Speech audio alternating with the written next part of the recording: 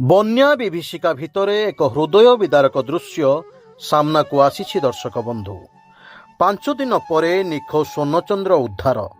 Dhamnagar block ଅନ୍ତର୍ଗତ ଅର୍ଜୁନପୁର ପଞ୍ଚାୟତର ବାଲିପାଟଣା ଗ୍ରାମର ଜଣେ ବ୍ୟକ୍ତି 5 ଦିନ ଧରି ନିଖୋଜ ଥିବାବେଳେ ଓଡ୍ରାଫ୍ ଟିମ୍ ଓ ବାଲିପାଟଣା ମେଡିକାଲ କର୍ମଚାରୀମାନେ ଆଜି ଉଦ୍ଧାର କରିଛନ୍ତି। ଦର୍ଶକ ବନ୍ଧୁ, ଭଲ ଭାବରେ ଦେଖନ୍ତୁ ଏହି ଦୃଶ୍ୟକୁ। ବେକେ ପାଣିରେ 5 ଦିନ 5 ରାତି ଏହିପରି ଏକ ତାଳ ଗଛକୁ ଆଶ୍ରା କରି ଭଗବାନଙ୍କ ଦୟାରୁ ବଞ୍ଚି ଯାଇଛନ୍ତି ଯୁବକ ଜଣକ।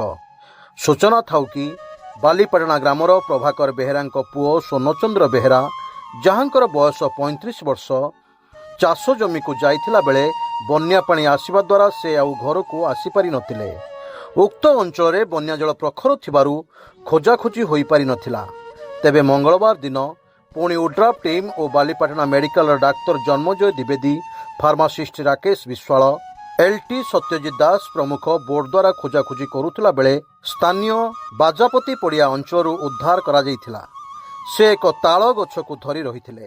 ପରେ ତୁରନ୍ତ ବାଲିପାଟଣା ମେଡିକାଲକୁ ନିଆଯାଇ ଭର୍ତ୍ତି କରାଯାଇଛି।